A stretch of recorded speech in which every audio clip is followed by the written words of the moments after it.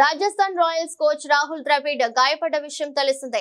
ఏటీ IPL season ఈ నెల 22వ తేదీ నుంచి ప్రారంభం కానున్న నేపథ్యంలో అతను ట్రైనింగ్ సెషన్ లో పాల్గొన్నారు. అయితే ఎడమ కాలుకు మెడికల్ వాకింగ్ బూట్ వేసుకుని అతను గ్రౌండ్ కు వచ్చారు. జైపూర్ లో జరుగుతున్న ట్రైనింగ్ క్యాంప్ కు వాకింగ్ బూట్ తోనే వచ్చారు. వారం క్రితం బెంగళూరులో క్లబ్ క్రికెట్ ఆడుతున్న సమయంలో రాహుల్ ద్రవిడ్ గాయపడ్డారు. రాజస్థాన్ రాయల్స్ రాహుల్ ద్రవిడ్ కు చెందిన వీడియోను పోస్ట్ చేసింది. ద్రవిడ్ త్వరగా కోలుకుంటున్నట్లు ఆ పోస్ట్ లో చెప్పారు. ఎడమ కాలుకు వాకింగ్ బూట్ ఉన్న ద్రావిడ్ మాత్రం చురుకుగా ట్రైనింగ్ సెషన్ లో పాల్గొన్నారు.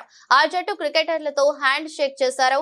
కొందరు ఆటగాళ్లతో డిస్కషన్ చేశారు. రియాన్ పరాగ్, యశస్వి జైస్వాల్ తో ముచ్చటించారు. బుధవారం జరిగిన శిక్షణ కార్యక్రమాన్ని పూర్తిగా వీక్షించారు ద్రావిడ్.